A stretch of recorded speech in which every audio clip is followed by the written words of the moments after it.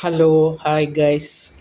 നമ്മളിന്ന് കാണുന്നത് ഒരു തൈ മാവുകളിന് മോതിരവളയം ഇട്ട് കൊടുത്തിട്ട് അതിനകത്ത് പച്ച ചാണകം തേച്ച് പിടിപ്പിച്ചതിന് ശേഷം ചുറ്റും ഈ തടിമ്മൽ ചുറ്റും ഒരു അരഞ്ച് വീതിയിൽ തോല് മാത്രം ചെത്തിക്കളയാം.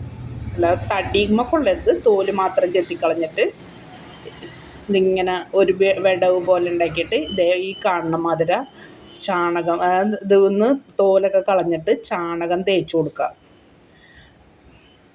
പ്രത്യേകം ശ്രദ്ധിക്കേണ്ടത് പച്ചച്ചാണകമാണ് തേച്ച് കൊടുക്കേണ്ടത്. ചാണകം തേച്ച് കഴിഞ്ഞതിന് ശേഷം നമ്മൾ കോട്ടൻ്റെ ഒരു തുണി കൊണ്ട് അത് മുറുക്കെ കെട്ടി വെക്കും. നന്നായിട്ട് കെട്ടി വെക്കുക.